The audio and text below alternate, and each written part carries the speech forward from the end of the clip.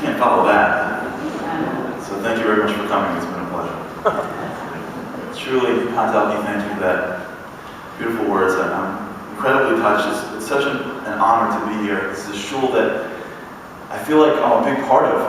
Adam, Alana, Chelsea's bar mitzvahs, the wedding, Ari's bris. I mean, I'm here as much as I'm in my own shul. So it's really, truly an honor, and thank you to the rabbi and to the cantor for giving me the opportunity. This is an interesting day for me. I find myself in a very interesting crossroads in life of where I stand vis-a-vis the Holocaust.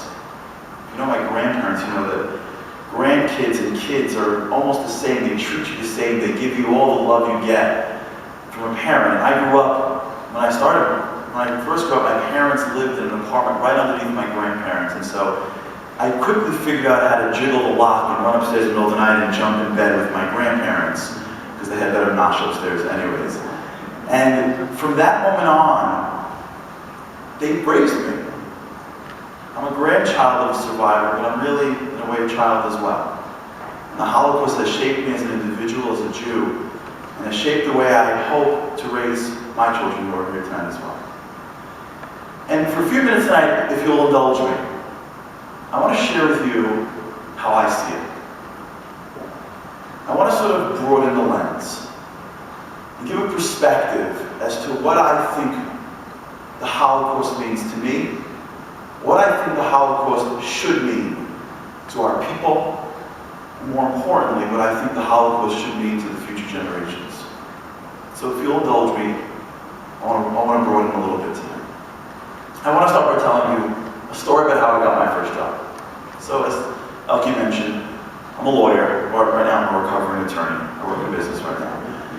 And I went to Columbia. And the way it works in Columbia is that after your first year you get your grades, any lawyers let me know how this works. After your first year you get your grades, and then they're not going to have, after you get all your grades, you go out of all law firms, that'd be crazy.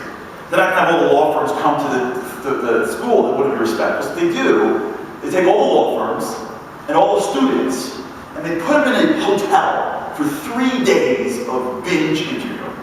And you gotta figure out who you want to interview. You can't for everybody because you want enough time. You go too high, you'll get a job. Go too low, and you'll sell yourself short. So you have to figure out which of the firms that you want to interview for the most. So I didn't get my grades. I did well, but I didn't do that well. And there's one firm I wanted to work for. I always wanted to work in the waspiest firm that I can find. I don't know if it's like a Jewish thing to find the waspiest person. I wanted Roman numerals after the name. I wanted mahogany dead walls. I wanted Mayflower, I wanted the whole deal. The firm that I dreamed about was a firm called Davis Polk and Woodbury, but they were way beyond my grades. So I went down, and I didn't put them on. What was the point? Day one, day two. This was in 2001. This is crazy stuff happened in 2001. Weird correlations, like you went to school and get a job, like that whole little thing that came together. What happened? So people were getting offers, and they were just extra offers. And I'm a Jew. I was one. If you had 3 days, you stay 3 full days. If it's free, you take 2. That's how I was raised. I don't know if you're bagels or tote bags at the end of it. I was going to be there for 3 full days. So it was day 3, and I'm in this room as big as this with a huge board. And the last interview, the 5:30 slot, is Davis Polk and Woodbury. I'm sitting there in the room, and it says, "He goes, Woodbury?" It was available. I go, should I go ahead? Should I not? I'm going to get it, but I'm here. I might as well try. Don't try. Should I? I'm going for it. I go up to the desk and I took my name down. She goes, forget it. I sit down 2 seconds later. It says Davis Polk and Woodbury, Charles Harary. So here goes nothing. I go upstairs to the suite, and as I walk in, I realize it's going to be the worst interview of my entire life. The partner they sent in for the 5:30 interview on the 3rd day of interviewing was a brand new partner they just brought in from China. I speak no Chinese. He speaks no English. It's going to make for a wonderful interview. I'll tell you a quick story. My neighbor across the street's an amazing guy, laid-back American guy. He married a hot-blooded Israeli woman. He speaks no Hebrew. She speaks no English. Don't understand what your wife says. It's bliss to the end. Anyways, I wake up in the morning and he's got a cup of coffee. He's looking out at the world, and she is screaming words I didn't even know were Hebrew. He looks at me and goes, "What is she saying?" I'm like, "You should go inside the house right now. She's Israeli. She can kill you with her hands. Go in now." I walk in, he looks at me and goes, "What's your name?" I'm thinking, can you repeat the question? He goes, "Name." I'm like, "Sorry, just slow it down." He goes, name. I'm like, oh, name, I totally know this.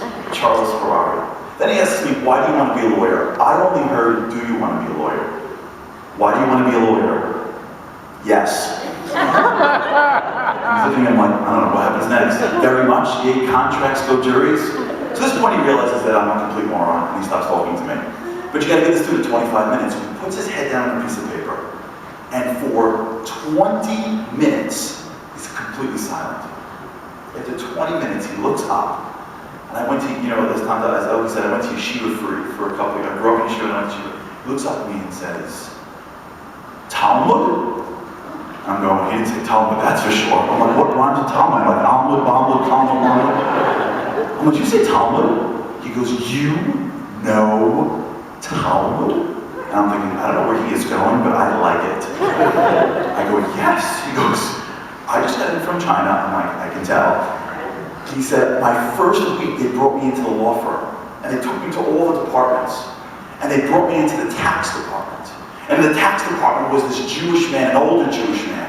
And behind me was this beautiful set of the New York tax code. But on the corner of his wall was a different color binding, and I said to the Jewish man, excuse me, sir, what is that? And the man said to me, that's the Talmud.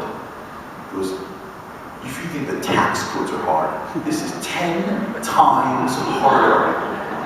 He looks at me and goes, you must be a genius. I said, well, I don't like to brag. I had been studying the Talmud in the 5th grade. He goes, it is an honor to meet you. I said, it's clearly an honor you met me as well. So I walk out, I'm looking up, I don't know if there's a birthday party in heaven, if God's having some fun. I called my wife. I remember going to a wall. I don't know why her phones were attached to walls, but they were back then. And I remember calling my wife and saying, she gives me, Charlie Davis Pocan word called like 20 times. She's like, I know, it's a cute story, we've been using it in a speech, but when I get to Davis Pope, they're going to realize that I'm not Davis Pope material. Meanwhile, God's like, I am just getting started with you. So I get to the way it works in this firm, those who have interviewed before, the way it works is you go in there and you say the things that you hear, right? No, I don't ever want to see the sun. I don't want to see the sunlight, so I'm a partner, I want to work all day long. Of course, contracts on my life, and they go, you're just like us. And, and then they take you out to lunch. And at lunch, they get to know you a little better. So I go out to lunch to a restaurant in the city called Prime Grill. And there's a woman about my age. And there's a man about 7, 8 years older than me. She's talking. He doesn't say one word. Stiff as a board, barking, orders the waitress. Halfway through the meal, it's uncomfortable. He looks up at me and says, so, I see you're a Jew. And I'm like, oh, okay. The gravy train is now at the station. So I said, yes, I happen to be a Jew. So he says, well, it's an honor to know you. I said, okay. He says, well, before I went to law school, I was a U.S. Marine. And us Marines respect nobody except for the Israeli commandos. And I said, he thinks I'm an Israeli commando? I'm like, that's right, Sergeant Alpha Beta Delta Charlie. I was repelling over the Mediterranean with my Talmud in one hand. And that when I realized I was getting the job. So I put my first job was with Davis Pope in Warwell. So I put my feet on the chair, I ordered the creme brulee, and I said, excuse me, Mr. U.S. Marine. Where do you get off telling me there's anyone in the world you respect but the U.S. Marines? He said to me the following. He says, I grew up in this country, grew up in Texas. My dad served, my uncle served. My brother served in this country. And when I got out, there was only one place I was going, was the United States Marine Corps. And I wasn't a good Marine, I was a great Marine. This was before 9/11. Remember the days before 9/11, the good old days, where you got to go on airplanes with shoes on, the stuff we did back then. And I thought, but you know what? I had something in my heart that I couldn't get out of my head. What was I fighting for? Liberty and justice and peace. But thank God, God blessed this country with liberty and justice and peace. Was I a peacekeeper in Bosnia? I wanted to fight, but we had all that we believed in already, and I always asked myself, who was I? What was I fighting for? And then I went to Israel because I was chosen to be part of a very secret group that was going to co-train with the Israeli commandos, and I went to Israel.